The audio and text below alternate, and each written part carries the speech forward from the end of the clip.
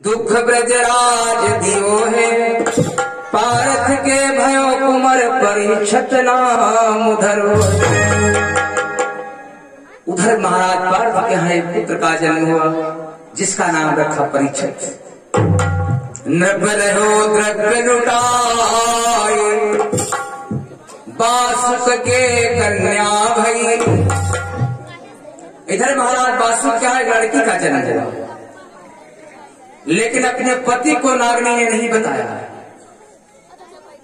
सो नागनी ने लई चुराए कि बोली नारी गर्भ मेरो खंडित पति शीश महल में हुई।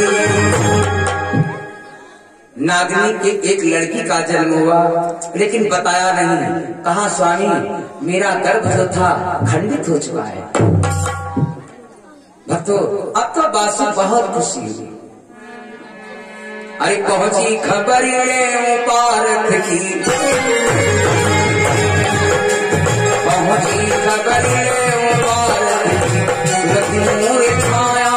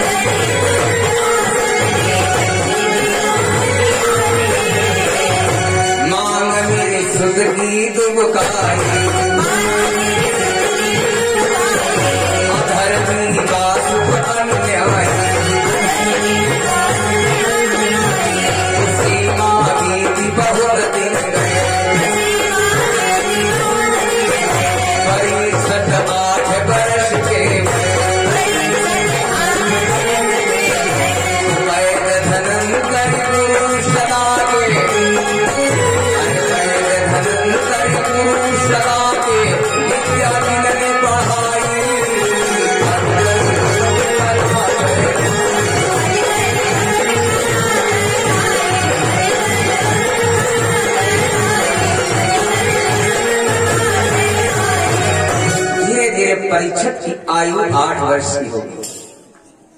जब परीक्षित 8 वर्ष के हो गए तो पार्थ अपने पोते को विद्याधन पढ़ने के लिए वैद्य धन्वंतर के पास में भेजना शुरू किया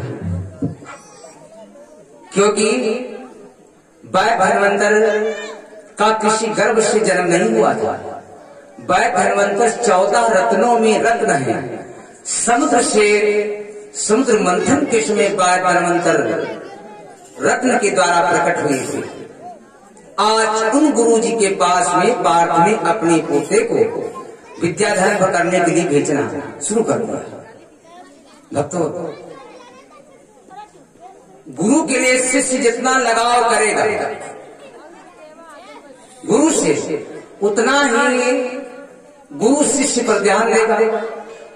भक्तों धीरे धीरे परीक्षित 8 वर्ष के हो गए। विद्याधन करते हैं वैद्य धन्वंतर क्या। जब विद्या में परिपूर्ण हो गए हुई गयो कुमार वर्ष 12 को। जब 12 वर्ष के परीक्षित हो गए तो पार्थ ने अपने पोते को अमृत कुंड के घाट पर रखवाली कर दिया क्योंकि अमृत का जो कुंड था उसकी रखवाली परीक्षित कर रहे हैं। और जब परीक्षित 12 वर्ष के हो गए तो जो बासु के लड़की का जन्म हुआ था क्योंकि लड़के से लड़की जल्दी शादी होती है। जब परीक्षित 12 वर्ष के हो गए तो जो नवलदे जिसका नाम रखा था बासु अपनी लड़की को नवलदे भी 12 वर्ष की हो गई। इतर तुवंती भई नवलदे। ये दिन नवलदे स्नान करके अपनी छत पर खड़ी होकर के अपने बालों को सुखा रही है। महाराज बासु अपनी कचहरी से अपने राजमहल को जा रहे हैं। कैसी है नवलदे, कैसी है वो लड़की। जोबन में भरपूर नागिनी युवा हो चुकी है। अरे जोबन जोर तरंग अंग में, जोबन जोर तरंग अंग में, भरी रही काम हिलोरन।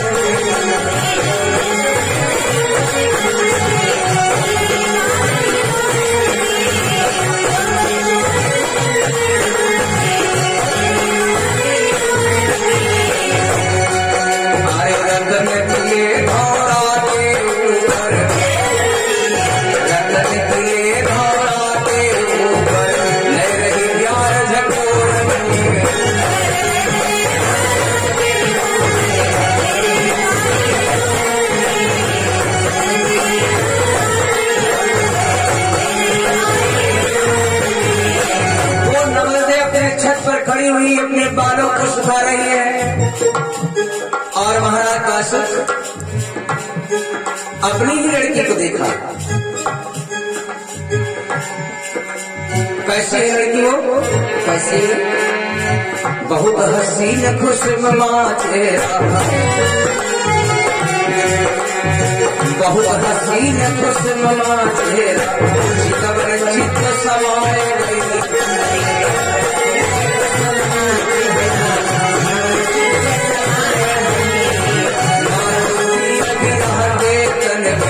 सुंदर कथा बनाए गई।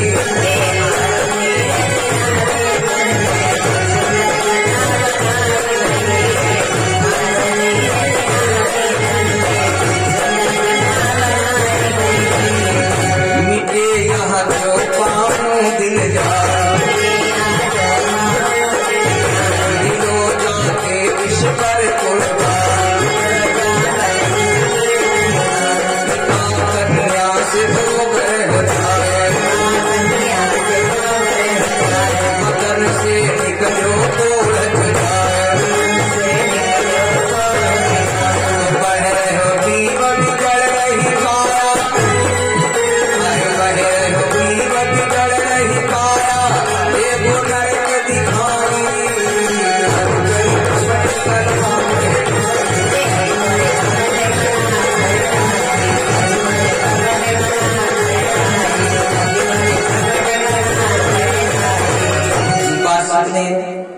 अपनी ही लड़की को देखा और जैसे ही बेटी को देख करके बासु के विचार पुत्री के प्रति गलत हुए तो महाराज बासु कोढ़ी हो गए।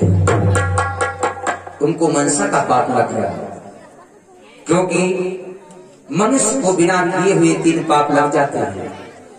कर्मणा पाप, वाचा पाप और एक होता है मनसा का पाप। मनसा का पाप लग गया बासु को। महाराज बासु कोढ़ी हो गए। काया कोढ़ी देख के शेष भय बिलगी, महलों के अंदर गए तो बहे नयन से नीर। महाराज बासु अपनी स्त्री को देख करके रो रहे हैं। सारे शरीर से कोढ़ बह रहा है। नागनी ने जब देखा, इतने में नवलते के पिताजी की आवाज सुनी तो घर से निकली। पिता देख के सुता, नवलते चादर ओढ़ी, शेष कहे कौन देखी मैं हुई गयो कोढ़ी। उसी लड़की को घर में देखा, कहा ये लड़की कौन है? तब नागनी ने बताया, स्वामी ये तुम्हारी ही लड़की है।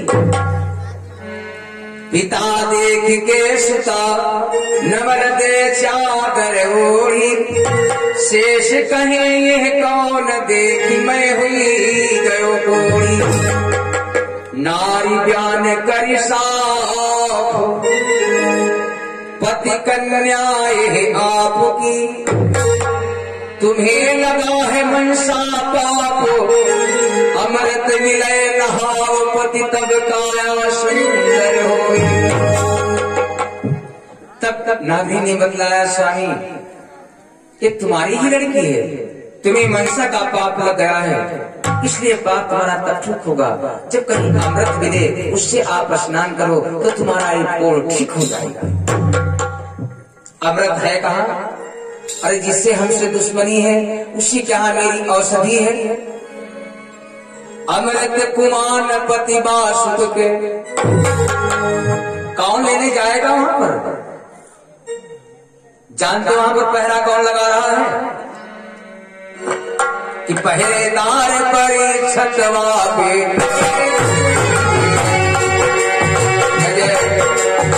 पहरेदार परीक्षतवा के दोधायक बलधारी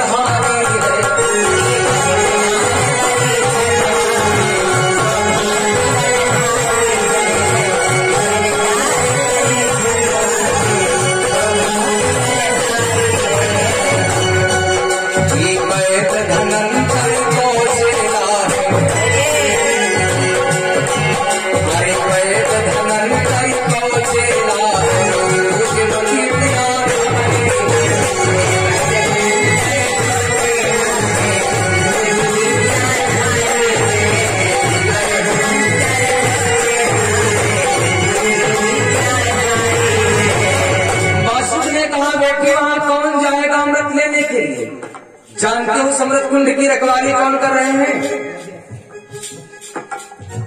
जो धन्वंतर का शिष्य है जिसका नाम है परीक्षित।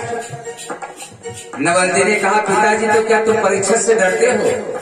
अरे कोई अमृत नहीं ले जाएगा, मैं जाऊंगा, देखो परीक्षित कैसा है। नवल जी खड़ी हो गई, पिताजी अरे जो मैं कन्या पिता आपकी, जो मैं कन्या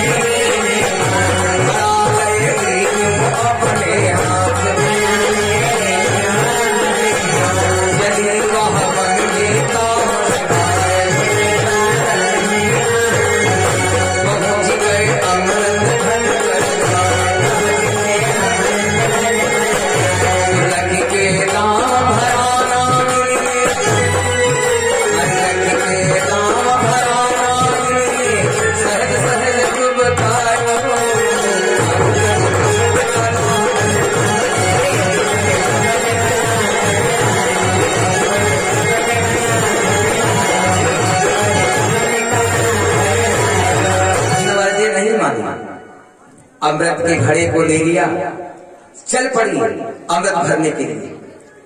और अमृत का घड़ा जहां पर परीक्षित पहरा लगा रहे थे, उसमें जैसे ही अमृत के घड़े को डुबोया और उसमें से जब अमृत घड़े में भरने लगा तो डुब डुब डुब डुब की आवाज आई। परीक्षित ने कहा ये क्या है? सुन के वीर परीक्षित बोलो, परीक्षित बोल पड़े हैं देवी कौन? जानना पहचान बड़े मियाँ सलाम। अरे कहाँ से आई हो? पूछती ने जाती हो कैसे अमृत भरने लगी तुम? तुम्हें किसी का डर नहीं है, कौन हो तुम? अरे भूखी नारी कौन की दिया, भूखी नारी कौन की दिया, कहाँ से बजती आई है।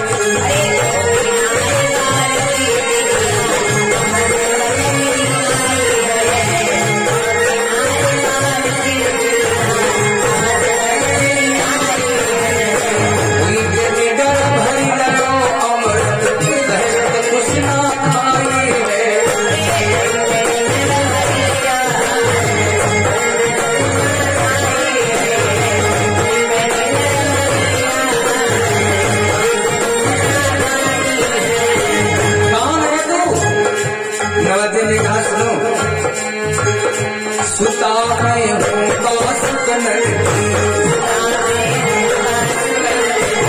बिगड़ गई काया बाबुल को अमृत भर के आई मुझे गलियों।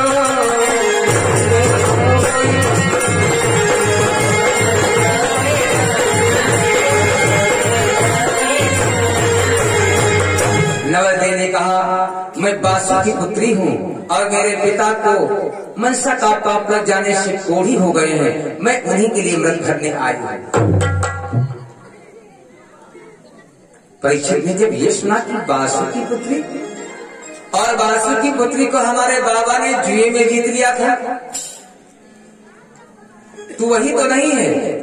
पहचान गए परीक्षित नवदे को। सुन के बैन खुशी भयो लाला। परीक्षित को जो सूचना मिली कि ये वही है, तो परीक्षित मगन हो गए। वही के मगन पकड़ लई बहिया, वही के मगन पकड़ लई बहिया, हाथी से चिपटाए लगी।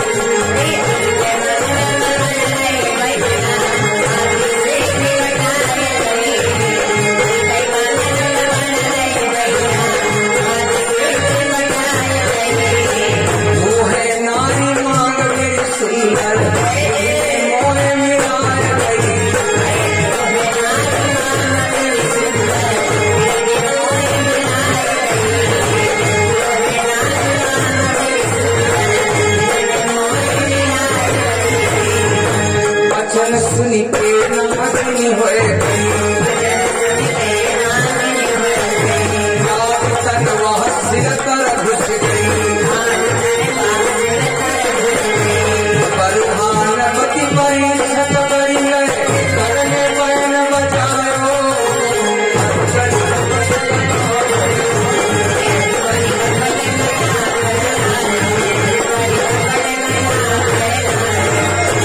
जैसे ही परीक्षित ने नवदे की बाह को पकड़ करके अपने सीने से लगाया, वो काया बन गई नागनी। शिला पड़ी हुई थी उसी के नीचे घुस गई, शिला पड़ी हुई थी उसी के नीचे घुस गई। परीक्षित भी कम नहीं, उठाया बैल बजाना शुरू कर दिया।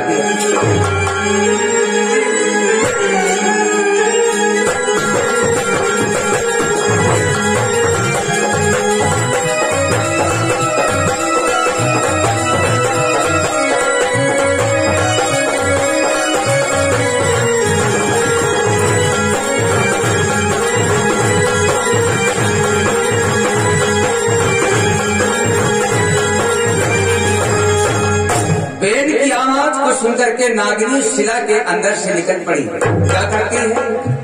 अरे वही के सुआ कड़ी बाहर को बन गई तो आसमान में उड़ गई। वही के सुआ कड़ी बाहर को हरिश्व सुता विद्या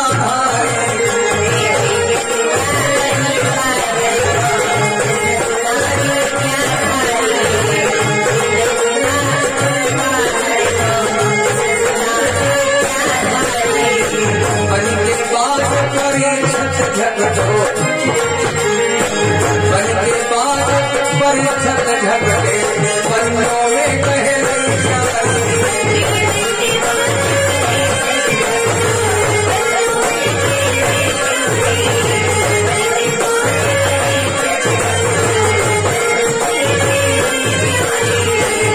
बन करके तो आसमान में उड़ने लगी।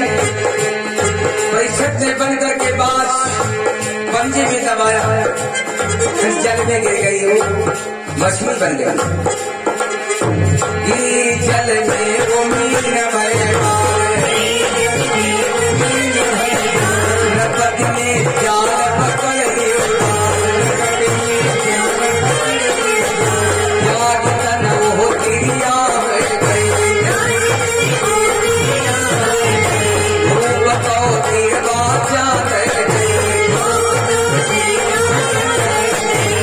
अमृत दयपति जल दिया मत मन में घबरा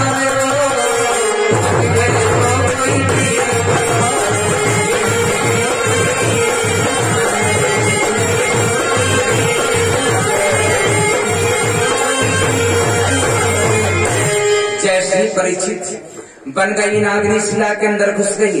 परीक्षित ने बीन बजाना शुरू किया।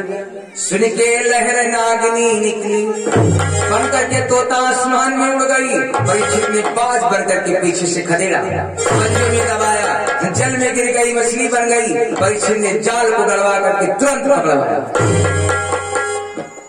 फिर अपने असली रूप में आ गई, वचन दे दिया, स्वामी मैं अपने पिता को अमृत दे करके अभी वापस आती हूँ।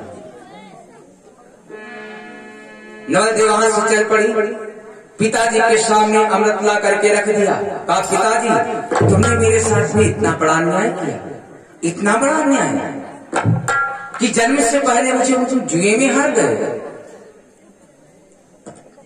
मैं पिताजी तुम्हारे ऐसे पिता का मैं मुख देखना नहीं चाहती हूँ, ऐसे अन्यायी पिता का। नवल इतना कह करके चल पड़ी जहां पर परीक्षित अमृत कुंड के घाट पर खड़े खड़े नवल का रास्ता देख रहे हैं। हेरती बाट परीक्षित ठाड़ो, अरे हेरती बाट परीक्षित ठाड़ो, हेरती बाट परीक्षित ठाड़ो, दौलो कामी आने गई।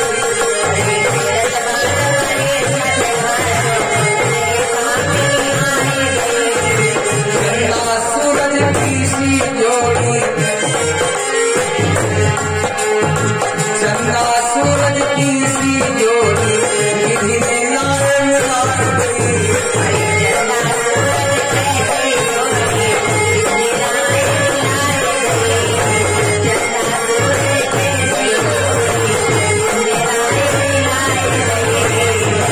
खुशी आसक्त आंसू गया, घट पर भार लियो,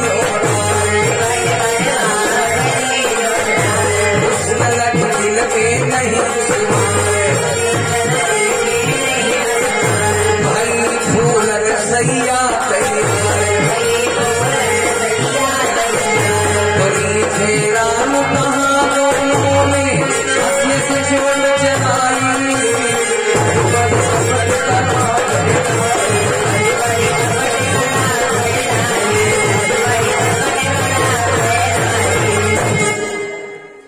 मेरे बनो, और इधर जब नवल चली आई बासुक से कह करके, तो उसी दिन से बासुक ने प्रतिज्ञा कर दिया, इतने से सब ही बने खान पान दियो छाड़े। खाना पानी सब बंद कर दिया, इतना बैर बेटी से। इतने से सब ही बने खान पान दियो छाड़े, भोजन हम दिन करही जब होई नवल देराण। बासु ने कहा अब मैं भोजन उस दिन करूंगा जिस दिन मेरी बेटी नवल देराण हो जाएगी। बासु तो माने बैर, परीक्षित को हनि डारो, सबसे बढ़िया नाग भेज दीन्यो एक कारो। तुम बैरी हुए खइयो काट, ऐसो डंक मार दे, काटत जाए जाए ही डांट। जैसे ही बासु ने अपने छोटे पुत्र को बुलाया, कहा जाओ तुम परीक्षित को किसी न किसी बहाने से दस करके तब आना। बासु का छोटा पुत्र गया है, लेकिन नवल जब कभी रात्रि में लेटती थी तो अपनी चारपाई के चारों तरफ अनाज के दाने बिखेर दिया करती थी। बासु का छोटा वाला पुत्र गया है, जैसे ही पलंग के पास में पहुंचा, हवा का झोंकाया, फन उठा करके बैठा, हवा का झोंकाया, अन्न का दाना उड़ा, सर्प के मुख में गिर गया। जैसे ही राजा का अन्न सर्प के मुख में गिरा तो उसकी भावनाएं बदल गई। विचार किया कि मैं राजा का अन्न खा चुका हूँ, अब मैं इसको डसूंगा तो मुझे श्राप दे। नप को डसू अन्न श्राप है, तो डसा नहीं। विचार किया कि राजा का अन्न मेरे मुख में गिर गया है, अब मैं डसूंगा तो मुझे श्राप दे देगा। वारे सरफ वारे एक जीव क्या सोच रहा है। राजा का अन्न मुख में गिर जाने से उसकी भावनाएं बदल गई। लेकिन आज समाज की कैसी हालत है कि जिस थाली में खाना उसी में छेद कर दशा नहीं परीक्षित को। अरे उल्टो भगत चलो पीछे को, उल्टो भगत चलो पीछे शीश से कौन आयो है।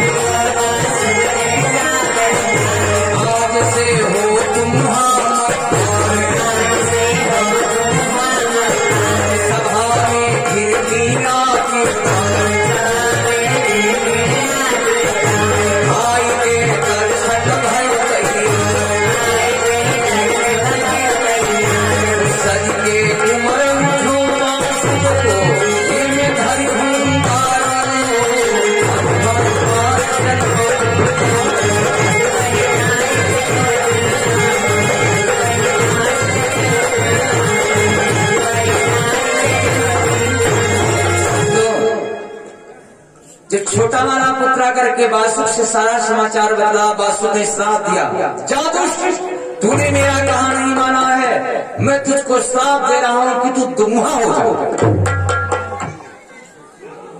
कुछ विद्वानों का कहना है कि उसी जगह से दुम्हा सर्पों का वंश चला। आज बासुक ने अपने बड़े बेटा तक्षक को बुलाया और कहा, बेटा जाओ तो परीक्षित को किसी ना किसी प्रकार करके दस करके मार करके तब आना। तक्षक खा पी करके तैयार हुआ, लेकिन वो राजा के महलों को नहीं गया। तक्षक कहाँ गया है? राजा के महलों को नहीं गया है परीक्षित के। वो बगीचे में जाकर के पहुंचा। तक्षक पहुंचो जाए चमन राजा के, वो सुंदर बेर अनोखो बनिके, बन करके बेर वो सर्प डाली में लगा बेर के।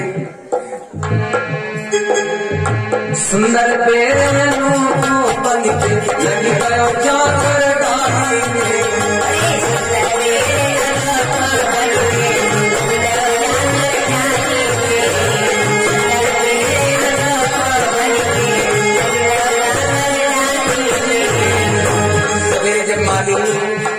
फूल तोड़ने आया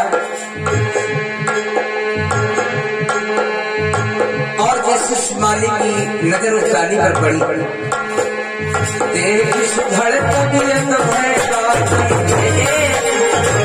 माली ने कहा, ऐसा डेढ़ तो मैंने कभी नहीं देखा था। देख सुधड़ तबीयत है राती, तन मन राती राती।